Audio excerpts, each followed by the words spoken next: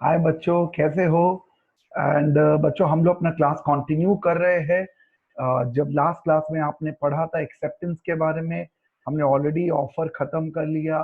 Indian contract act basics देख लिए।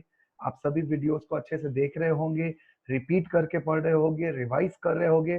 देखो, ये अच्छी बात क्या है about the electronic media is that you can you can retry that one as many time as you want and you can make yourself perfect. बार बार देखिए, रिपीट करके देखिए। इससे क्या होगा कि आपके कॉन्सेप्ट एकदम बैठ जाएंगे। ठीक है बच्चों, आज का जो टॉपिक है बहुत प्यारा टॉपिक है, क्योंकि इंडियन कॉन्ट्रैक्ट एक्ट में आप सब जो when we talking about the concept of consideration, we are talking about very essential feature of a contract. Because consideration का मतलब होता है समथिंग रिटर्न। अगर मैं बात करता हूँ कंसिडरेशन की, तो मैं बात करता हूँ आपको ऐसी चीज की जो कि जिसके बिना कॉन्ट्रैक्ट करना पॉसिबल नहीं है। It's a very important part of your syllabus, understand that. Indian contract act की हम बात कर रहे हैं। इंडियन कॉन्ट्रैक्ट एक्ट के बारे में हम पढ़ेंगे।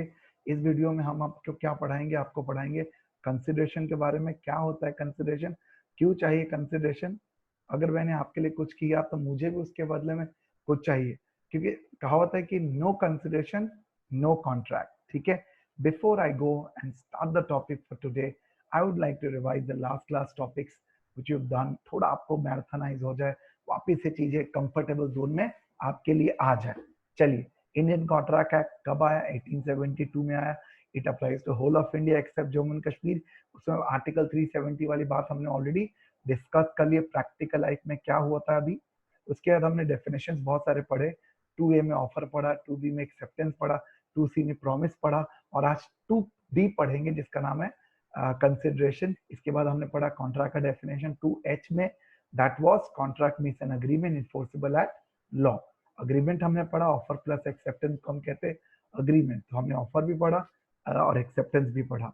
हमने उसके रिलेटेड रूल्स पढ़े, हमने उसके डिफरेंसेस पढ़े, इनविटेशन टू ऑफर पढ़ा, टाइप्स ऑफ ऑफर पढ़ा, हमने अलग अलग कैटेगरीज ऑफर पढ़े हमने, राइट। हमने सेक्शन नंबर 10 में देखा एसेंशियल्स ऑफ वैलिड कॉन्ट्रैक्ट, जिनमें से हमने ऑफर एक्सेप्टेंस ऑलरेडी पढ़ लिया है। और आज दूसरा जो हमारा एसेंशियल एग्रीमेंट है, essential element of a valid contract है, वो है हमारा कंसिडरेशन, जिसको हम अभी पढ़ने जा रहे हैं। तो let us start with that guys. Consideration का मतलब समथिंग इन रिटर्न, राइट। आइए, अगर मैंने आपके लिए कुछ किया है तो आई वुड एक्सपेक्ट कि आप भी मेरे लिए कुछ करो। That's called consideration dear friends. And here it is. देख भाई, इसके बदले में मुझे भी कुछ चाहिए। तो अगर मैं, देखो, एक सिंपल बात, बहुत ही लेमैन वाली बात बता रहा हूँ। आप मुझसे कोचिंग ले रहे हो तो ऑब्वियस बात है मैं भी आपसे एक्सपेक्ट करूंगा कि आप भी मुझे फीस भरे और अच्छे रिजल्ट लेके आए, जिससे कि कल जाके हमारा नाम भी अच्छा हो और हम इस काम को और अच्छे तरीके से कर सके। There is a give and take policy that works in our life.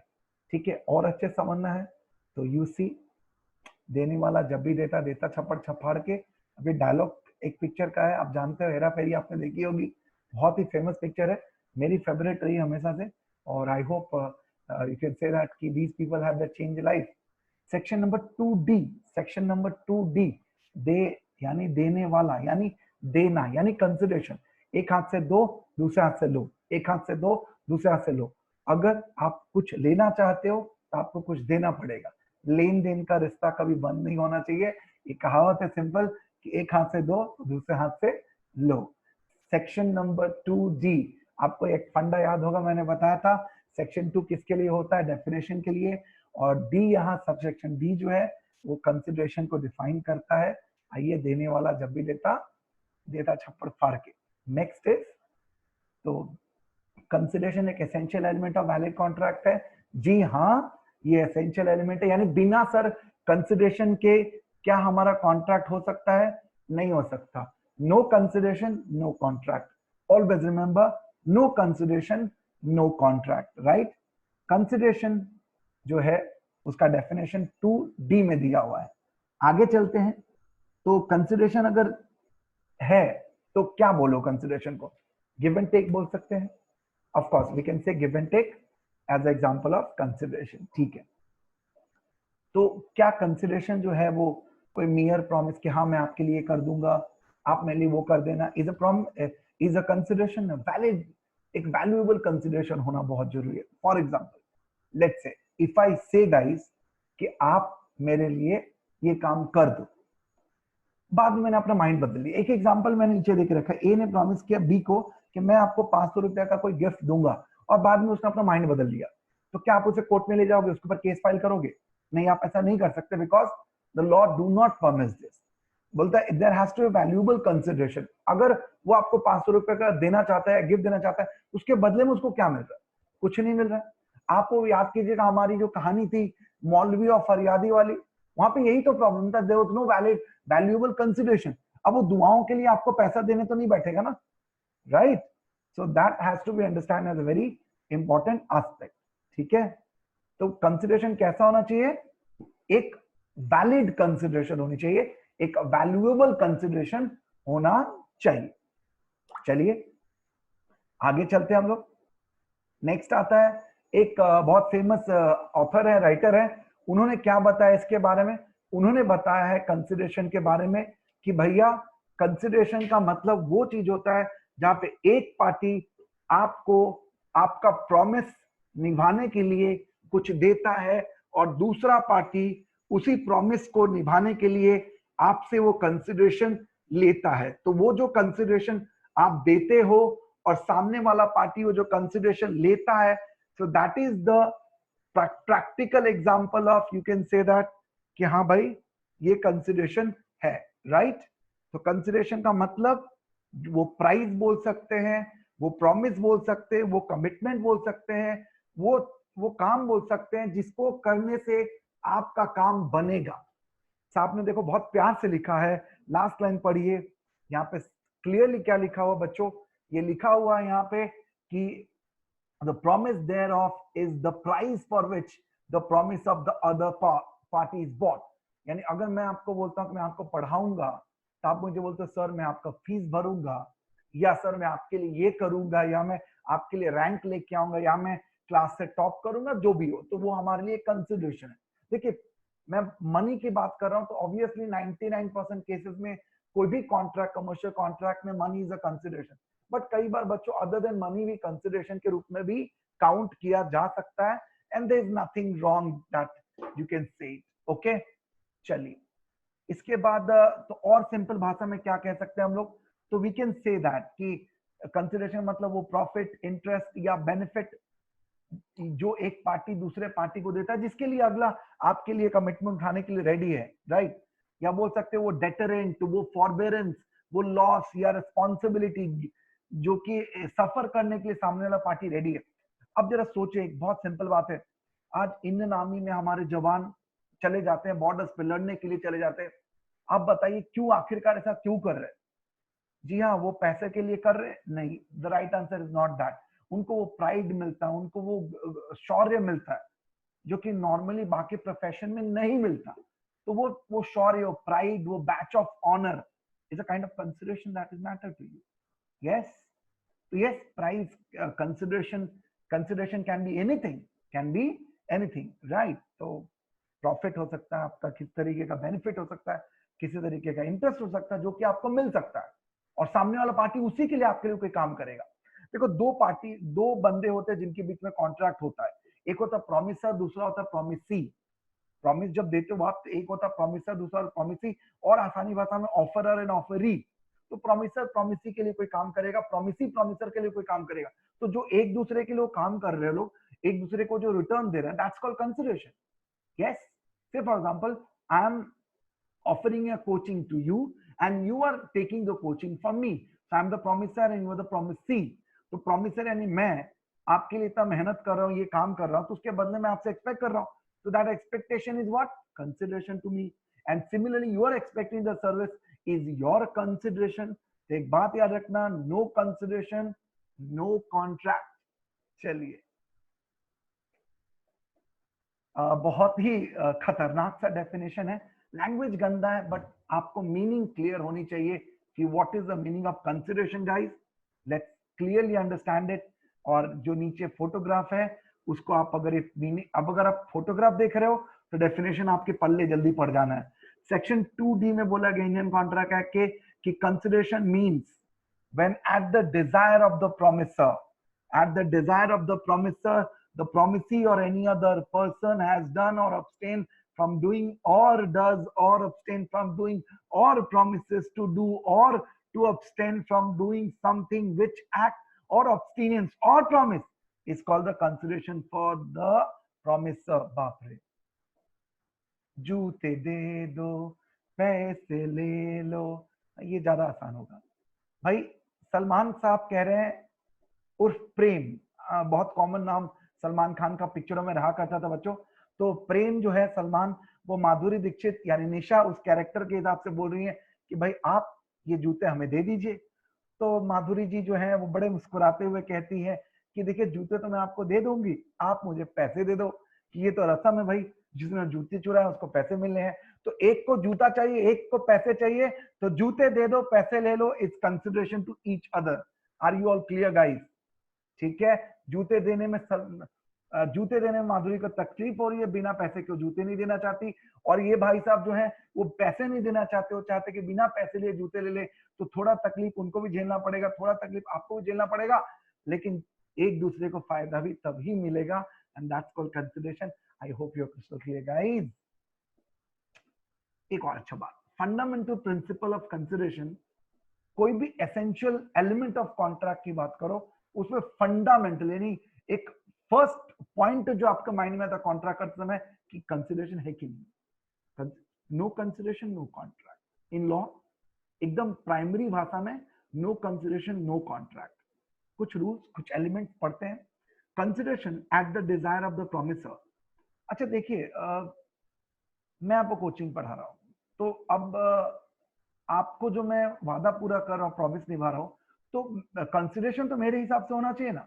For example मैंने बोला कि देखो मेरे इस तरह का फीस है, आप में से कुछ बच्चों के पास मैंगो फार्म है, मैंगो का सीजन है, आपने बोला भैया आप चिंता मत करो, मैं आपके लिए आपके घर पे, उन्होंने 1 ट्रैक्टर मैंगो भिजवा दिया। बोला सर ये पूरा डीडी इंस्टीट्यूट का स्टाफ, आपको मुकेश सर सबके लिए फीस हो गई। हो सकता मार्केट वैल्यू उसकी ज्यादा हो, बट मैं एक ट्रैक्टर मैंगो मैं क्या करूंगा। तो आप भले आपके लिए आपने बोला एक कंसिडरेशन सही है, हो सकता है उसकी मॉनिटरी वैल्यू भी हो, बट मेरे लिए वो काम का नहीं, बिकॉज मेरे को उतनी रिक्वायरमेंट नहीं है। तो मेरी मर्जी होगी ना कि what I am saying it. आप अपनी मर्जी से कुछ चीज करो तो वो कंसिडरेशन के कैटेगरी में नहीं आएगा। यहाँ पे 2 एग्जाम्पल बड़े प्यारे दिए मैंने, देखो। एक में आपके घर मान लो आग लग गई, आपके पड़ोस में किसी घर में आग लग गई, तो वहां फायर ब्रिगेड वाले आते हैं और खुद से आग बुझाना शुरू कर देते हैं, राइट। अब यहाँ पे जो फायर ब्रिगेड आके वॉलंटरली आग बुझा रही है, यहाँ क्या आपको बिल दे सकते हैं, पैसे दे सकते हैं? आपको तो उन्होंने आग देखा और आके बुझाना शुरू कर दिया। बट दूसरे में देखो क्रिश आग बुझा रहा है। अब यहाँ पे क्रिश को तुमने याद किया, बुलाया सॉरी कि क्रिश भैया आ जाओ हमारी मदद कर दो, तो क्रिश आया, आपकी मदद किया। तो यहाँ पे जो आपने रिक्वेस्ट करी ना इज इक्वल टू कंसिडरेशन। आप इनमें कहीं भी एग्जाम्पल सेट कर लीजिए। एक जब वॉलंटरली कोई आपकी मदद करता है तो वो वॉलंटरी कर रहा है, वो करे ना करे, आप मदद लो ना लो आपके चॉइस के ऊपर है, you can't sue the other party. But जहां पे आपने रिक्वेस्ट करी है या आपने पैसे भरे हैं, उस केस में वो कंसिडरेशन क्या हो जाता है, लीगल हो जाता है, because there is a request that involves. Example यहाँ दोनों में बताया गया है कि एक में फायर ब्रिगेड वॉलंटरी आके आग बुझाती है, तो वहां पे कोई कंसिडरेशन नहीं कहा जाएगा, वो ग्रेटिट्यूडस है या आपने वॉलंटरी तरीके से कर रहे। एक में आपने रिक्वेस्ट करी क्रिश को, वो आया, तो that's called the valid consideration. यहाँ कंसिडरेशन क्या हुआ, क्रिश को आपने रिक्वेस्ट किया, that request is equivalent to a consideration, और आपके लिए आपका आग बुझाया गया, दैट्स इट, या आपको बचाया गया, जो भी आप कहें। ठीक है। दूसरी बात अगर हम कहते हैं कि consideration may move from the promisor और एनी अदर पर्सन। एक बात बताओ, आप रेस्टोरेंट में जाते हो खाना खाने कई बार अपने दोस्तों के साथ, तो आप में से कोई एक ऑर्डर करता है, सबके लिए ऑर्डर करते हैं, सब खाते हैं, मस्ती करते हैं, लेकिन जब पैसे देने की बारी आती है तो आप में से कोई बंदा उठाता है और बिल पेमेंट करने लगता है। मान लो जिस बंदे ने ऑर्डर किया था, जिस बंदे ने आपको खाने पे बुलाया था, उसके जगह किसी और ने पैसे दे दिए, तो क्या रेस्टोरेंट वाला मना कर देगा क्या कि नहीं नहीं नहीं हम तो पैसा नहीं लेगा, हम तो पैसा उसी से लेगा जिसने ये ऑर्डर किया था? अरे ऐसा नहीं होता भाई, उसको तो पैसे से मतलब है, उसको तो पैसे से मतलब है। इस बात का ध्यान रखिएगा, आप दे कोई और दे, कोई फर्क नहीं पड़ता। सोचो आपके बदले कोई और आके चीज भर दे, हम मना करेंगे या आप लोग मना करेंगे? अब बोले नहीं नहीं सर ऐसा थोड़ी होता है, ऐसा नहीं होता ना। कंसिडरेशन जो है वो आना जरूरी है, होना जरूरी है, कौन दे रहा है ये मायने नहीं रखता, हिसाब से प्रॉमिस ही देना चाहिए। कई बार आप दुकानों में जाते हो, आप सामान खरीदते हो, आपके कोई फ्रेंड पैसे भर देते हैं, आपके मॉम डैड पैसे भर देते हैं, या कोई और बंदा पैसे भर देता है, तो भी एक ही बात है, कंसिडरेशन होना जरूरी है। प्रॉमिसी दे या कोई और दे उसके बिहाफ में, doesn't make a difference. Okay, फिर एक कॉन्सेप्ट बहुत प्यारा है कंसिडरेशन में जो आपको सुनने को मिलेगा, that's called privity of contract. अच्छा, प्रिविटी ऑफ कॉन्ट्रैक्ट का मतलब होता है बच्चों, मैं आपको समझा दूं कि भाई मेरे अंगने में तुम्हारा क्या काम है, डायलॉग भी लिखा हुआ है। एक बात बताओ, कॉन्ट्रैक्ट जब हुआ था तो दो पार्टीज के बीच में हुआ था ना, एक प्रॉमिसर दूसरा प्रॉमिसी। तो प्रॉमिसर और प्रॉमिसी, ये जो दो पार्टीज हैं, ये इनके बीच में कॉन्ट्रैक्ट हुआ है। अब मान लो आप और मैं बात कर रहे हैं, उसमें कोई तीसरा बंदा आके पंचायती करे, तो विल यू टॉलरेट दैट? नहीं, नॉट एट ऑल। मैं आपको बहुत अच्छा एग्जांपल दूंगा और आपको बड़ा मजा आएगा। हमारे मॉम डैड बड़े प्यारे होते हैं, बहुत प्यार करते हैं हम लोग को, बहुत ज्यादा प्यार करते हैं हम लोग को। हमको हमारी प्रॉपर्टी, अपनी प्रॉपर्टी समझ के हमको इस्तेमाल करते हैं, हम भी ऐसा ही करते हैं। तो मान लो एक बार आपके मॉम डैड, आपको बहुत प्यार आ गया उनको आप पे, तो पकड़ के पीट रहे थे। आप समझ रहे हो ना क्यों आप पे प्यार आता है? आप बहुत अच्छी अच्छी हरकतें करते ना, बड़े ओबीडियंट चाइल्ड हो आप, एकदम माँ बाप के तो एकदम मतलब आज्ञाकारी सुपुत्र या सुपुत्री हो, राइट? तो ऐसे केस में होता क्या है, कभी कभी मम्मी डैडी को बहुत तुम पे प्यार आ गया और वो पकड़ के रज के तुमको पीट रहे थे। जो सामान मिला, कपड़े धोने वाला धोखा मिला, उससे तुमको दौड़े। आप समझो, अगर आपको मम्मी डैडी के पास इफ आई से बेलन है, मम्मी के पास उससे धो रही है, पापा के पास साफ करने वाला झाड़ू है। हाँ, आजकल पापा के पास लैपटॉप या कंप्यूटर नहीं होता, आजकल बेचारे झाड़ू या पोता लेके घर में घूमते रहते होंगे बेचारे। तो वो जो मिला उसे तुमको धो रहे थे। अब रच के तुमको धो रहे हो, तुम मम्मी डैडी बोल के चिल्ला रहे हो। अब मान लो कोई पड़ोसी अंकल आते हैं और अब तुम्हारी मदद करने जाते, तो तुम्हारे मॉम डैड बोलते, हेलो, यहाँ हमारा प्रॉपर्टी, मारो छोकरो, मारो डीकरो, मैं जो करूं उसका करूं, कोई आप कौन होते बोलने वाले? तो बेचारे चले जाते हैं, क्योंकि मेरे अंगने में तुम्हारा क्या काम है। याद रहेगा? यानी कॉन्ट्रैक्ट दो पार्टीज के बीच की बात है, कोई तीसरा इसमें नहीं आ सकता, इंटरवीन नहीं कर सकता, and that's the beauty of the contract. यानी कंसिडरेशन लेने वाला प्रॉमिसर, देने वाला प्रॉमिसी, उनके बीच में ही रहेगा, कोई थर्ड पार्टी इंटरवीन करके पंचायती नहीं कर सकता। इस बात का याद रखिएगा। इसके एक्सेप्शंस भी हैं। अच्छा, एक्सेप्शंस के बारे में बता दूं मैं बहुत बार आपको एक्सेप्शन बोलता होगा। एक्सेप्शन का मतलब है जो मैंने बात बताई एकदम उसका उल्टा। जैसे फॉर एग्जाम्पल मैंने बताया ना, मेरे अंगने में तुम्हारा क्या काम है, बट कुछ ऐसे भी केस है जहां पे कोई बाहर वाला आके भी कॉन्ट्रैक्ट में इंटर कर सकता है। एक दो एग्जांपल देता हूं मैं इसके एक्सेप्शन। अब जैसे मान लो कोई ट्रस्ट कॉन्ट्रैक्ट है बच्चों। ट्रस्ट जो होता है, जैसे हमारा एमएस यूनिवर्सिटी जिसमें आप बीकॉम करोगे, तो एमएस यूनिवर्सिटी है महाराजा लोग की प्रॉपर्टी, गायकवाड्स की। रन कौन करता है? Government of India, government of Gujarat. और बेनिफिट कौन उठाते हैं? आप सब। तो ट्रस्ट हुआ ना, बना किसके लिए? आपके लिए। बनाया किसने? महाराजा गायकवाड़ ने। और लेकिन चला कौन रहा है? Government of India. तो ट्रस्ट के केस में कॉन्ट्रैक्ट महाराजा गायकवाड़ और गवर्नमेंट ऑफ गुजरात के बीच में है। बट कई बार आप उस पर केस कर लेते हो, आप पहुंच जाते हो, बोलते बना तो मेरे लिए है ना। तो there are beneficiaries who can come and enjoy that. ऐसे ही दूसरा एग्जांपल और ले लो। हिंदू परिवार में जब बंटवारा वगैरह होते हैं ना, पार्टीशन, सेपरेशन, सेटलमेंट होती है, तो वहां पे ना जो मेल मेंबर्स होते हैं वही उसके ओनर माने जाते हैं प्रैक्टिकली। तो उसके बाद जब उसमें कोई फीमेल मेंबर है, हिसाब से वो पार्टी नहीं है। बट जब तक उसकी शादी नहीं होती ना, तब तक उसका मेंटेनेंस और उसके सारे खर्चे उठाना और घर में उसका हिस्सा उतना ही रहेगा जब तक उसकी शादी नहीं होती। कि शादी के बाद तो आप गाना गा दोगे ना, मुड़ के ना देखो दिल भरो, मुड़ के ना देखो दिल भरो, यानी आप चले जाओ, अब आप पार्टी नहीं हो। लेकिन जब तक शादी नहीं होती, she is a party to the contract. तो ये दो एक्सेप्शंस हैं, और भी हैं, इतना जान के रखिए। Privity of contract normal statement है जहां पे कोई भी बंदा दो बंदे के बीच में नहीं आएगा। Contract is a matter of two party, ठीक है? कॉन्ट्रैक्टिंग पार्टीज ही एक दूसरे के ऊपर क्लेम्स और एंजॉयमेंट कर सकते हैं, बाहर वाला नहीं आ सकता।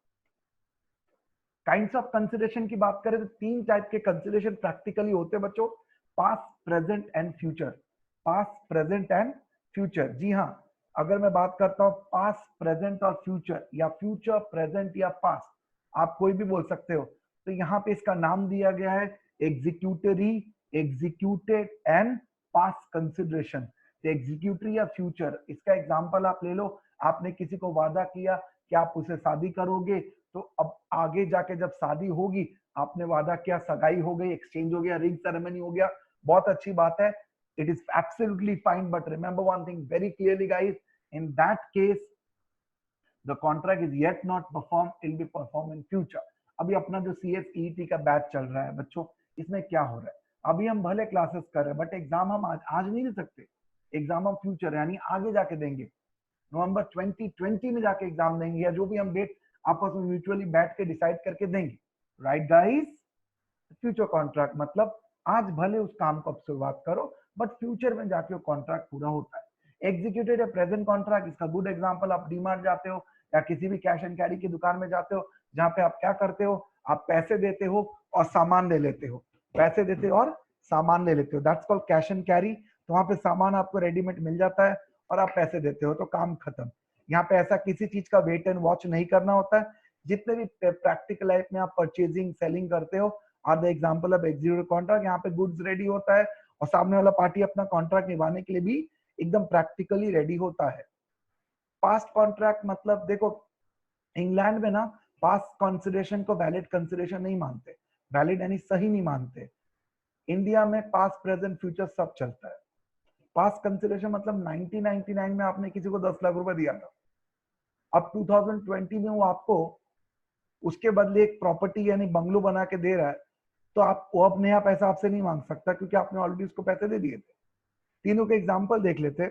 मैं अगर फ्यूचर कॉन्ट्रैक्ट्स की बात करता हूँ तो कॉन्ट्रैक्ट टू मैरी, या हमने कोई घर खरीदा है, उसका EMI भर रहा है, लोन लेके रखा है, तो फ्यूचर में जाके कंप्लीट होगा, तो that's called the future contract. Present contract cash and carry, कोई भी दुकान में आप जाओ, सामान खरीदो, पैसे दो। और पास्ट कंसिडरेशन यानी अगर आपने पिछला कोई किसी को पैसे वगैरह लोन दिए थे और आज उसके बदले में कुछ काम करवा रहे उससे, तो that's called the past contract.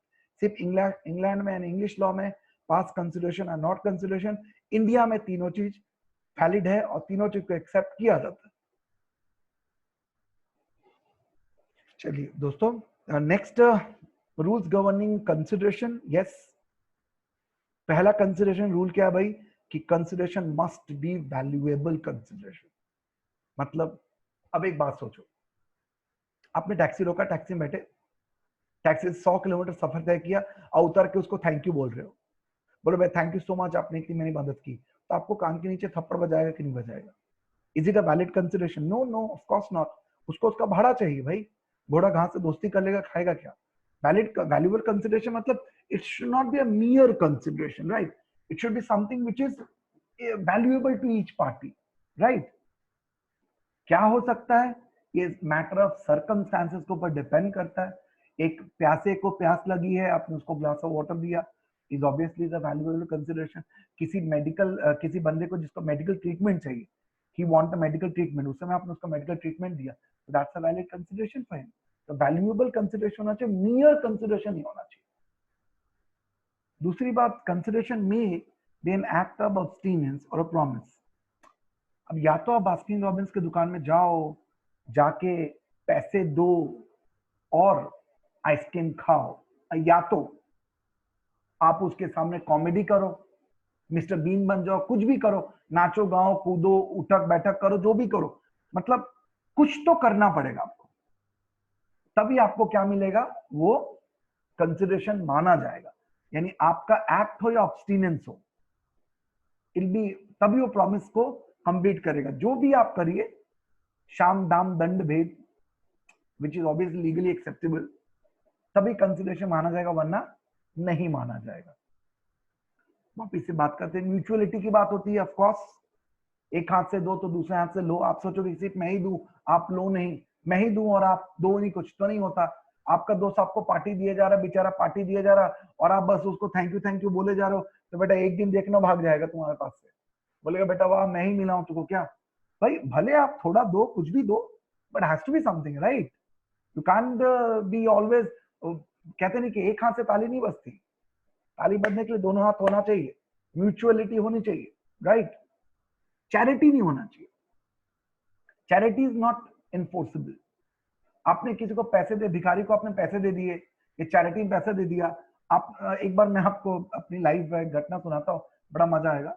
हम लोग वडोदरा में वागुड़िया रोड के पास रहते थे पहले, तो वहां से एक हनुमान जी का मंदिर है बच्चों, जो वृंदावन चार रास्ता जगह का नाम है, वहां पे मंदिर हनुमान जी की। तो वहां पे मैं मुकेश सर मेरी कार में पहुंच के, सैटरडे को जाते दर्शन करने हनुमान जी के मंदिर पे, तो वहाँ उतरे हम लोग। तो नॉर्मली मैं मुकेश सर भिखारी लोग को भीख देना पसंद नहीं करते, क्योंकि वो एक्चुअली गलत तरीका है, it's not a good thing to promote. तो उस दिन क्या हुआ कि सडनली एक भिखारी आया मेरे सामने और पैसे पैसे मांगने लगा, तो मैं गाड़ी से उतरा था। तो बड़े मैं पता नहीं आउट ऑफ ब्लू मैंने पॉकेट में हाथ डाला, तो 5 रुपए का एक सिक्का मिला, एक 5 रुपए कॉइन था, 5 रुपीज कॉइन। तो मैंने उसको निकाला, उसके हाथ में रख दिया। बच्चों लोग आप विश्वास नहीं करेंगे, इतना गंदा लुक उस बंदे ने मुझे दिया, you can't imagine. As if के मतलब वो मुझे देख रहा है, मेरे गाड़ी की तरफ देख रहा है, मुकेश सर को देख रहा है कि ढंग के कपड़े पहने, दिखने में ठीक ठाक लोग लगते हैं, और 5 रुपया। तो मतलब मैंने बोला कि क्या हुआ भैया, क्या हुआ, ऐसे क्यों देख रहे हो? बोला 5 रुपया सिर्फ। तो मैंने बोला कि ये आपकी गाड़ी या अपनी जायदाद आपके नाम पे लिख दूं, निकलो यहाँ से। तो क्या होता है, charity is not enforcing, right? Charity is not at all the consideration, mutuality होनी चाहिए। कुछ भी हो, ज्यादा कम is not the point. Consideration ज्यादा हो कम हो बड़ी बात नहीं है, होना जरूरी है, बट चैरिटी उसमें काउंट नहीं करेगा। बड़ी प्यारी बात है बच्चों, देखो कॉन्ट्रैक्ट क्लियर होना चाहिए। Contract must be clear, should not be वेग, इल्यूजरी नहीं होना चाहिए। ठीक है आप लोग को, आइडेंटिफिएबल होना चाहिए, वेग नहीं होना चाहिए। ठीक है, कोई भी ऐसा चीज जो, अब मान लीजिए मैं आपको बोलता हूं कि डू अ न्यूसेंस, तो that nuisance is not the consideration. अगर मैं आपको बोलता हूं कि आप मेरे को, आप मेरे कोचिंग में पढ़ना चाहते हैं, तो आप मेरे लिए क्राइम करके आइए, तो obviously not, that's creating a nuisance, that nuisance is not at all consider, illegal नहीं होना, कंसिडरेशन लीगल होना चाहिए। ठीक है, कंसिडरेशन एक पॉइंट आता है एडिक्वेसी, बहुत प्यारा पॉइंट है ये। एडिक्वेसी का मतलब क्या होता है कि अब एक बहुत प्यारा, यहाँ पे आपको फोटोग्राफ दिख रहा होगा, जो पहला इमेज में देखिए खली भाई साहब के इतने छोटे से शरीर में इतना मतलब मजा कर रहा हूँ, इनके इतने बड़े शरीर पे देखिए इतना छोटा सा निवाला बेचारे के हाथ में है। सोचो सिर्फ इतना ही खाना उसको मिले, क्या ये सही बात है? नहीं। एडिक्वेट, जैसा बंदा उसको उतना खाना मिलना चाहिए, यू शुड नो दैट। तो हम ये नहीं बोलते कि कंसिडरेशन कम हो ज्यादा हो, adequacy is not the point, consideration होना जरूरी है, फुल रिटर्न होना जरूरी नहीं है। बोल रहा है consideration must be some value to that guy. अगर वो वैल्यू का कोई मतलब, अगर आपने फ्रिज लिया है तो ठंडा करना चाहिए ना, एसी है तो चलना चाहिए, अगर वो नहीं चल रहा है, वो डब्बे हैं, तो फिर वो कोई काम का नहीं है। कंसिडरेशन होना मतलब there has to be some value to each party, और अगर ऐसा नहीं है then that's not consideration. okay, lawful होना चाहिए, ऑब्वियसली मैंने बताया, कोई इलीगल एक्टिविटी, कोई ऐसा काम जो लॉ नहीं परमिट कर, जैसे करप्शन करना, वर्गलरी करना, आपका स्मगलिंग करना, प्रोस्टिट्यूशन करना, आर्म्स ट्रैफिकिंग करना, ह्यूमन ट्रैफिकिंग करना, मनी लॉन्ड्रिंग के केसेस करना, एक्सटॉर्शन करना, दीज आर इलीगल एक्टिविटी। तो वो हम कंसिडरेशन के कैटेगरी में नहीं मानते, क्योंकि वो लॉफुल नहीं। अब मैं आपको पैसे देता हूँ, कौन से वाले? वो 500,000 के नोट जो बंद हो गए, जो मोदी जी ने, याद होगा आपको, 2016 में बंद कर दिया था। देन अगर मैं आपको वो देता हूं, तो that's not legal tender money, तो वो कंसिडरेशन वैलिड नहीं माना जाएगा। फिर देखो, अगर प्रोमिसर ने आपके लिए कुछ किया है, तो आपका कंसिडरेशन कुछ ऐसा होना चाहिए जो उस प्रोमिसर को लगे कि हाँ ये वर्थ है उसके काम का, राइट? अगर वो वर्थ नहीं है, then he not work for you, right? सोच के देखो बच्चों, अगर कोई दवाई आज के डेट में कोविड-19 की कोई कंपनी दवाई बनाती है, अब तुम बोलते हो कि वो 2 रुपए में दवाई आप सब तक अवेलेबल करा दो, वो क्यों करे? उसने इतनी मेहनत करके, जी जान लगा के, इतनी अलग अलग परिस्थितियों को झेलने के बाद वो अगर दवाई बनाई है, then obviously he need the value on that, right? वो वैल्यू उसको मिलना चाहिए। तो कुछ ना कुछ something must be done. Promisor के लिए आपको कुछ करना होगा, तो ही प्रोमिसर के लिए वो कंसिडरेशन माना जाएगा, तभी उसको बेटर फील होगा, अदरवाइज नॉट। अब एक यहाँ पे कुछ केसेस है, मैंने आपको बताया था नो कंसिडरेशन नो कॉन्ट्रैक्ट, एकदम ध्यान रखना, no consideration no contract. But yes, there are cases जहां पे क्या होता है कि कंसिडरेशन नहीं है फिर भी कॉन्ट्रैक्ट है। मतलब कुछ कुछ चीजों के लिए कंसिडरेशन जरूरत नहीं होती है, फिर भी वो वैलिड माना जाता है। अब वो कॉन्ट्रैक्ट का नेचर ही ऐसा है। मैं फिर से रिपीट कर रहा हूँ, नॉर्मल बात क्या होता है, नो कंसिडरेशन नो कॉन्ट्रैक्ट, यानी कॉन्ट्रैक्ट नहीं है तो कंसिडरेशन, अगर कंसिडरेशन है तो कॉन्ट्रैक्ट नहीं है। लेकिन अब मैं आपको उसका एक्सेप्शन बताने वाला हूं, जहां पे बच्चों आप देखोगे कि यहाँ पे कंसिडरेशन नहीं है, फिर भी उसे वैलिड कॉन्ट्रैक्ट माना जाए।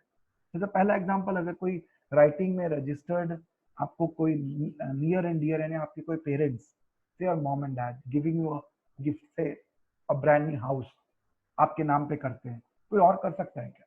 नहीं ना, क्योंकि आपका रिश्ता इस तरीके का है। तो वहां पे अगर मॉम डैड ने आपको दिया, आपके हस्बैंड ने, आपके वाइफ ने, या कोई भी आपके जो बहुत ही करीबी रिश्ते में आता है, अगर उसने आपको कुछ दिया, तो बट ऑब्वियस है कि वो जो उनका प्यार है, वो जो लव एंड अफेक्शन है, वो जो केयर है आपके प्रति, that is the consideration guys.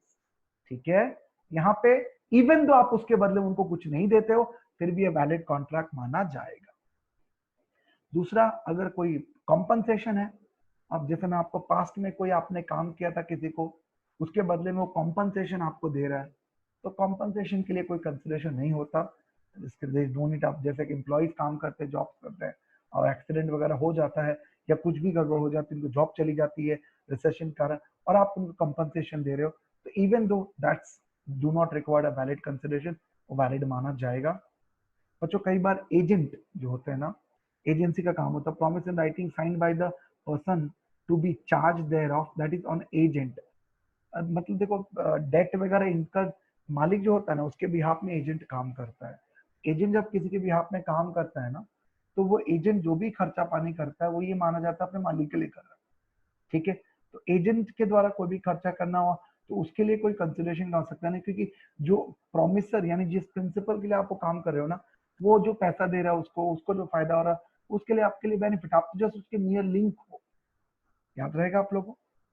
Next काम है एजेंसी बनाने के लिए, एजेंट वाला काम करना और एजेंसी बनाना दोनों अलग चीज है। तो अगर एजेंसी आप बना रहे हो, तो आपने देखा होगा कई बार एजेंसी बनाने के लिए पैसा नहीं लगता। मैं आपको छोटा सा एग्जांपल देता हूँ। अगर मैं बोलता हूँ बच्चों, मुझे मैं आपको बोलता हूँ कि एक टास्क में आपको कोई छोटा सा काम देता हूँ कि बेटा मुझे मेरे लिए काम करके दो, और आप लोग काम करके दिया, तो क्या उसके लिए आप मुझसे पैसे मांगोगे? ऑफ कोर्स नॉट, बिकॉज नहीं आप, क्योंकि आप you work to create agency, no consideration. Yes, to run agency you need consideration. छोटा सा एग्जांपल देता हूँ मैं। आप अगर कोका कोला का एजेंसी लेना चाहते हो, तो आपको डिपॉजिट मनी देना पड़ेगा। वो डिपॉजिट होता है, रिफंडेबल है। लेकिन आपको एजेंसी चलानी है ना, तो उस पर जो आप माल बेचते हो, तो उसका कमीशन लगातार देना पड़ता है। तो create agency, no consideration, but yes to run agency you need to pay consideration on that. बच्चों कोई आपको एक्चुअली गिफ्ट देता है, देखो ये वाला पॉइंट जो था, ये यहाँ पे इंपॉर्टेंट गिफ्ट नहीं था, यहाँ पे इंपॉर्टेंट था relationship of near and dear, आपके मॉम डैड, आपका हस्बैंड वाइफ। और यहाँ पे बच्चों कोई आपको बर्थडे में गिफ्ट देता है, तो क्या उसके बदले में आपको कंपलसरी रिटर्न गिफ्ट देना जरूरी है? नो, नॉट एट ऑल, वो वॉलेंटरली होता है। तो गिफ्ट का मतलब ये होता है कि देते समय जो डोनर है, जो डोनी को गिफ्ट देता है, वो ये सोच के देता है कि उसके बदले में उसको कुछ मिले ना मिले, there is no problem whatsoever. ठीक है गाइस, तो ये चार एग्जांपल, चाहे गिफ्ट हो या एजेंसी क्रिएट करने की बात हो या एजेंसी सर्विसेज की बात हो या कंपनसेशन की बात हो या आपको कोई नियर एंड डियर वन कोई रजिस्टर्ड करके इमोल प्रॉपर्टी या गिफ्ट आपको देता है, तो अब रजिस्टर वाली बात क्यों दी है कि कल जाके कोई उसका लीगल हेयर ना क्लेम कर ले, तो रजिस्टर रहेगा तो डिस्प्यूट वगैरह नहीं। ये टॉपिक रहा कंसिडरेशन का। आई hope you will understand this topic very well. आप इसको ध्यान से पढ़ोगे, आसानी से पढ़ोगे। बच्चों अब जो नेक्स्ट क्लास मैं आपको कराने वाला हूँ, मैं एक केस लॉ पे क्लास कराऊंगा। केस लॉ में जिसने अभी तक जहां तक कंसिडरेशन मैंने पढ़ा है, उसके टॉपिक के हिसाब से मैं आपको केस लॉ बताऊंगा। केस लॉ मतलब कोर्ट के द्वारा डिसाइडेड किए हुए जजमेंट, जिसको हम रियल लाइफ में मानते हैं, जिसके आप बता पाओगे क्या लॉ सच में प्रैक्टिकल सब्जेक्ट है। इसके बाद मैं आपको कॉन्स्टिट्यूशन ऑफ इंडिया, जो नेक्स्ट लॉ का टॉपिक है, हम उस पर जंप कर जाएंगे। थोड़ा कॉन्स्टिट्यूशन भी पढ़ेंगे और थोड़ा कॉन्ट्रैक्ट भी पढ़ेंगे, जिससे कि आपको बहुत मजा आने वाला है दोस्तों। कॉन्स्टिट्यूशन ऑफ इंडिया जो है बच्चों, is a very important topic, because you have to understand. आप अपने देश के बारे में जानोगे, बड़ा मजा आ रहा है, बहुत इंजॉय करेंगे।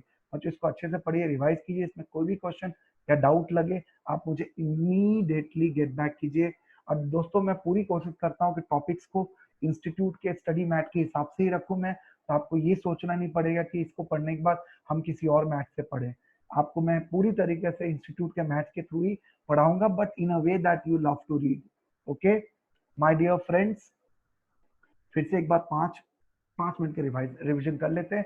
Consideration is a very important essential of valid contract. Section 2D consideration give and take policy होता है, याद रख लेना बात को। कंसिडरेशन जो होता है बच्चों, वो हमेशा दो पार्टीज प्रॉमिसर और प्रॉमिसी के बीच में होता है, याद रखना। कुछ तो कुछ मिलना ही चाहिए, give and take policy, valuable consideration होना चाहिए।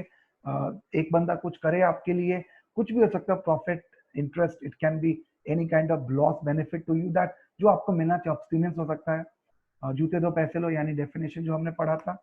इसके बाद वॉलंटरी नहीं होना, आपको कुछ ना कुछ करना पड़ेगा। अगर चैरिटी किया गया तो उसे कंसिडरेशन नहीं कहेंगे। आपको रिक्वेस्ट भले करना पड़े, that is equivalent to a consideration guys. Consideration आप दें या आपका कोई फ्रेंड दे, प्रॉमिस ही दे या प्रॉमिस के बिहाफ में कोई और दे, चलेगा, कोई बात नहीं है। प्रेविटी ऑफ कॉन्ट्रैक्ट में मेरे अंगने में तुम्हारा क्या काम है, यानी कोई और दो कॉन्ट्रैक्टिंग पार्टीज के बीच तीसरा नहीं आ सकता। इसके एक्सेप्शन मैंने आपको ट्रस्ट वाला एग्जांपल दिया था, महाराजा यूनिवर्सिटी वाला, मैंने आपको फैमिली सेटलमेंट वाला एग्जांपल दिया था फीमेल मेंबर्स का, वो दो एक्सेप्शन मैंने आपको समझाए थे। Kinds of consideration, past, present, future, cash and carry याद कीजिएगा, promise to marry in future, and जो आपने पास में किसी को लोन दिया था उसके बदले आपको कोई घर बना के दे रहा है। रूल्स में हम बात किए थे, वैल्यूएबल कंसिडरेशन होना चाहिए, मियर कंसिडरेशन नहीं होना चाहिए, राइट। उसके बाद कंसिडरेशन जो होता है, कुछ भी हो सकता है, it can be good, bad, it can be suffering, nothing, but legal नहीं होना चाहिए। कंसिडर म्यूचुअलिटी होना चाहिए, यानी दोनों को कुछ ना कुछ फायदा मिलना चाहिए। अगर दोनों फायदा नहीं मिला, दैट्स नॉट कंसिडरेशन। इलीगल नहीं होना चाहिए, should be lawful, should be real, should not be vague. Adequacy is not the question, इतना बस होना चाहिए इज मोर इम्पोर्टेंट। भर के थाली ना हो, एक निवाला हो, बस होना चाहिए, that is more important. Lawful होना चाहिए, शुड नॉट बी, इतना होना चाहिए कि प्रॉमिस सेटिस्फाई हो जाए, उसको लगे हाँ। अगर एक ब्रेड के दुकानदार को आप 50 रुपए दे के 1 पाउंड ब्रेड लेते हो, उसको लगता है वो 50 रुपए में उसकी प्रॉफिट आ जा रही है, कॉस्ट रिकवर हो जा रही है, दैट्स इक्विवेलेंट कंसिडरेशन गाइस। मैंने बात किया आपको कंसिडरेशन नहीं चाहिए, नो कंसिडरेशन नो कॉन्ट्रैक्ट का एक्सेप्शन, जहाँ पे पहले वो जो लव एंड अफेक्शन के द्वारा नियर रिलेशनशिप में आपको गिफ्ट मिला था रजिस्टर्ड वाला, कंपनसेशन की बात करी थी, एजेंसी क्रिएट करने की, एजेंसी चलाने की बात करी थी, एजेंसी क्रिएट करने की बात करी थी, और लास्ट में हमने कोई गिफ्ट की बात करी थी। I hope I am clear with this, and आप इसको अच्छे से पढ़िए। Thank you so much, God bless you, and be in touch with me guys for any doubts. Bye bye, शब्बा खैर, take care of yourself everybody.